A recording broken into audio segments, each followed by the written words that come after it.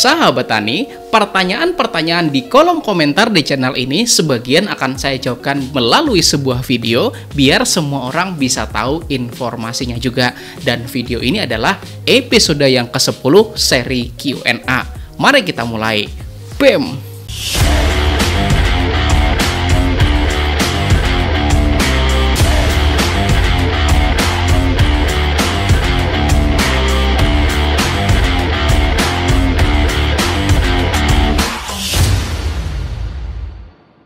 Sebelum kita mulai, boleh saya minta Anda untuk klik dulu tombol jempolnya, sahabat Tani. Mudah-mudahan video ini bisa bermanfaat untuk kita semua. Amin. Oke ya sahabat Tani, langsung saja kita pada pertanyaan yang pertama.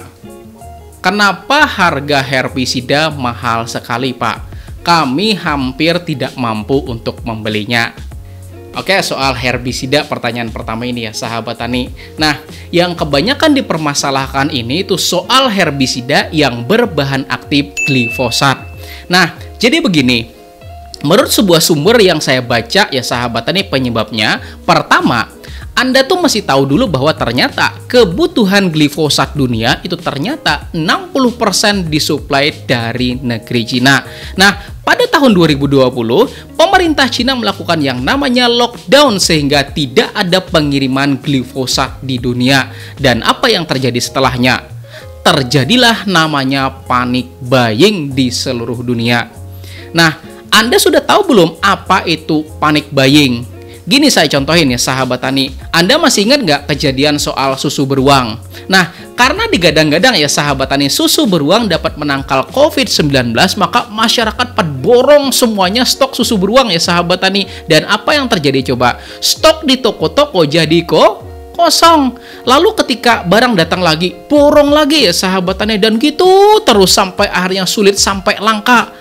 Akhirnya susu beruang yang sebenarnya harganya tuh paling sekitar maksimum 10.000 ya sahabat Tani, naik jadi Rp20.000 coba. Nah, kasusnya sama juga dengan glifosat dan ini tuh terjadi di seluruh dunia loh ya sahabat Tani. Jadi penyebab pertama adalah soal panic buying. Kemudian yang kedua, nah di Texas ya sahabat Tani terjadi peningkatan yang namanya penggunaan gas alam buat pemulihan listrik di sono ya sahabat Tani. Dan Anda tahu nggak, yang namanya gas alam itu juga dibutuhin dalam proses pembuatan dari glifosat.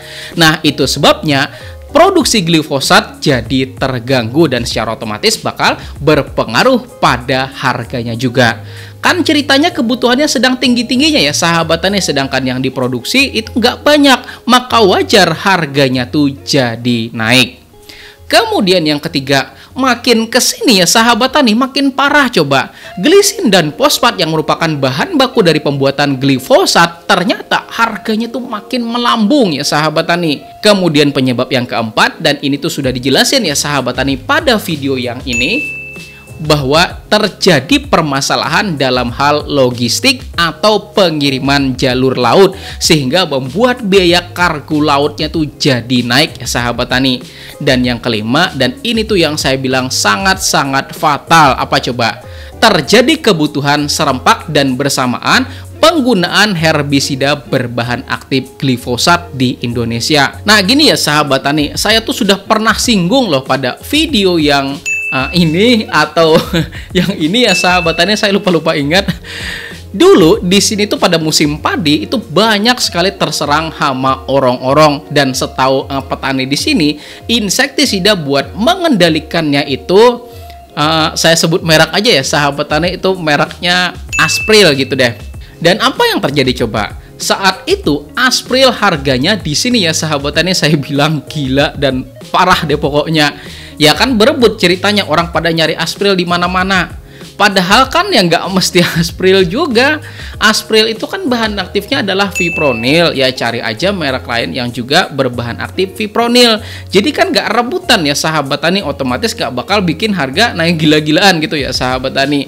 Tapi sampai di sini mungkin di antara Anda ada yang protes. Lah itu kan bahan aktif yang sama, mereknya beda. Tapi ini bahan aktif sama, meskipun mereknya beda juga tetap harganya mahal. Nah, saya bilang gini deh ya sahabat Tani, soal herbisida berbahan glifosat itu kalau memang mau lebih murah, maka belilah jauh-jauh hari sebelum musim tanam tiba ya sahabat tani, biar belinya tuh nggak barengan dan harganya pun masih bisa terkontrol gitu ya sahabat tani. Dan buat Anda yang bertanya, kapan sih waktu yang paling pas buat membeli sarana produksi? Itu saya jawab, saat panen tiba. Kan Anda udah punya duit ya sahabat tani, hasil dari panen tanaman Anda. Nah, sebagian itu jangan langsung hap kayak gitu loh, beli barang-barang konsumtif macam kayak ganti HP, misalnya ganti TV, apalagi sampai ganti motor gitu ya sahabat tani. Saya nggak bilang istri ya. Tapi belikan dulu sarana produksi buat musim tanam yang selanjutnya. Sisanya boleh dibelikan sesuatu yang konsumtif, itu insya Allah jauh lebih baik gitu ya sahabat tani, oke? Dan saat ini saya sedang percobaan bagaimana perbanyakan herbisida dengan biaya yang seminimal mungkin. Doakan ya sahabat tani, mudah-mudahan berhasil. Dan kalau berhasil insya Allah akan saya sharingkan di channel ini juga. Makanya dukung terus ya channel ini ya sahabat tani, oke? Oke, kita lanjut ya sahabat tani pada pertanyaan yang kedua. Nah, apa perbedaan kalsium karbonat dengan kalsium nitrat? Oke, soal perbedaan kalsium karbonat dengan kalsium nitrat. Nah, kalsium karbonat itu rumus kimianya CaCO3, sedangkan kalsium nitrat itu CaNO3, dan ada juga yang bilangnya itu KNO3 ya sahabat tani, terserah dah pokoknya. Nah, kalau CaCO3, nah itu tuh kandungan yang ada pada kapur dolomit buat memenuhi kebutuhan kalsium dan juga pembenahan dari pH tanah. Sedangkan CaNO3 atau KNO3 tadi ya sahabat tani, itu berisikan kalsium dan juga nitrogen yang berbentuk nitrat untuk memenuhi kebutuhan unsur hara makroprimer nitrogen dan juga unsur hara makrosekunder kalsium pada tanaman kita. Nah, jadi itu ya sahabat tani perbedaannya antara kalsium karbonat dengan kalsium nitrat gitu ya sahabat tani, oke? Kemudian kita lanjut pada pertanyaan yang ketiga. Kenapa saat ini Bapak jarang bikin video tutorial? Oke sahabat tani, menarik. Bukan masalah jarang ya sahabat tani, cuman akhir tahun itu kan kerjaan administratif banyak ya sahabat tani. Dan lagi teman saya yang biasa bantu kebetulan lagi sakit cukup lama. Jadi kita bikinnya konten-konten informatif dulu. Insya Allah bakalan banyak kok ke depannya konten-konten yang bersifat tutorial atau pembuatan gitu ya sahabat tani, oke? Dan herbisida tadi kami udah merancang loh ya sahabat tani, doakan mudah-mudahan berhasil ya, oke? Lalu kita lanjut pada pertanyaan yang keempat. Boleh tidak Pak mencampur 3 pestisida sekaligus? Oke, ini menarik ya sahabat tani. Boleh nggak dicampur pestisida 3 sekaligus? Jadi gini ya sahabat tani, memang belum ada aturan baku soal campur-mencampur pestisida. Jadi selama pertama tidak terjadi gumpalan, kemudian nggak ada yang ngambang gitu ya sahabat tani, dan juga nggak ada yang mengendap di bawah tangki, itu nggak masalah gitu ya sahabat tani. Saya jelasin satu-satu deh. Pertama soal menggumpal. Bayangin ya sahabat tani, kalau misalnya menggumpal, kan nozzle sprayer itu lubangnya kecil ya sahabat tani, dan bayangin itu kemasukan sama gumpalan. Apa yang terjadi coba? Bisa jadi nyumbat sprayer Anda, bener nggak? Nah, kemudian yang kedua soal ngambang. Hama ya sahabat tani, kalau disemprotin pestisida yang ngambang ya bakal joget-joget, teriak-teriak dia sahabat tani, bang semprot aku bang, semprot aku bang. Kenapa coba? Lah kan bahan aktifnya di atas ya sahabat tani, pada ngambang. Artinya yang kesedot sama pompa sprayer Anda itu cuma air. Makanya pada bakalan menari-nari hama atau penyakitnya ketika disemprotin sama air. Kemudian yang selanjutnya itu soal mengendap. Nah, inilah yang saya sebut dengan masalah yang sangat-sangat fatal. Karena gini deh, yang kesedot duluan dari pompa sprayer Anda itu apa? Bagian atas apa bagian bawah? Bagian bawah ya sahabat tani. Bener apa enggak? Ayo, pernah ngebongkar nggak bagian kelistrikan dari sprayer elektrik? Pernah belum? Anda nggak usah tanya saya ya, karena kalau soal komponen kelistrikan itu, saya tuh udah hobi banget ya sahabat tani. Bahkan sejak SD saya tuh udah senang banget yang namanya kelistrikan. Pokoknya soal arus AC, kemudian DC, voltase, ampere, itu udah senang banget gitu ya sahabat tani. Makanya bongkar-bongkar saya suka. Nah, bayangin ya sahabat tani, misalnya pestisidanya itu mengendap di bagian bawah tangki sprayer Anda, ya kan? Artinya yang pertama kesedot itu adalah bagian endapannya, ya kan? Dan bayangin coba, kalau itu kena pada tanaman Anda, maka apa yang terjadi? Waduh ya sahabat tani, saya bilang bakalan game over tuh tanaman Anda. Kenapa coba? Bayangin, tanaman kena tembak sama bahan aktif yang segitu banyaknya coba. Ya pada bakal game over mereka ya sahabat tani. Wassalam. Dan celakanya, ketika barisan pertama semprotan itu bakal membahayakan tanaman Anda karena memang ditembak sama bahan aktif dengan konsentrasi yang sangat tinggi karena endapannya sahabat tani. Dan celakanya ternyata justru yang terakhir disemprot itu tinggal airnya ya sahabat tani. Ya jadi masalah lagi, bener kan? Ya kembali lagi deh, kalau hama atau penyakit misalnya deh disemprot sama air biasa apa coba? Ya bakal menari-nari mereka ya sahabat tani. Makanya kalau boleh saya saranin, dan ini cuman saran aja ya sahabat tani, mau dipakai boleh, nggak dipakai ya mending dipakai gitu ya sahabat tani. Kalau Anda memang mau mencampur pestisida, maka pertama, campurlah di luar tangki. Misalnya nih pada ember yang gede kayak gitu ya sahabat tani. Jadi kan ketahuan hasil campurannya, membentuk gumpalan kah misalnya dia, membentuk apungan kah atau mengapung kayak gitu ya sahabat tani, atau membentuk endapan apa enggak sih di bawah embernya itu. Dan kalau memang ternyata ketika dicampur itu ternyata nih aman aja, maka baru Anda masukin ke tangki sprayer. Nah itu yang pertama. Kemudian yang kedua, dan ini kalau bisa ya sahabat tani, kalau nggak bisa ya dibisa-bisain ya sahabat tani. Jadi masukin dulu air separuh ke tangki sprayer Anda, kemudian ambil air bersih lalu masukin ke ember yang kecil. Ya misal ember kecil itu yang seliteran apa 2 literan kayak gitu ya sahabat tani misal. Jadi pestisidanya itu larutin dulu ke ember kecil itu.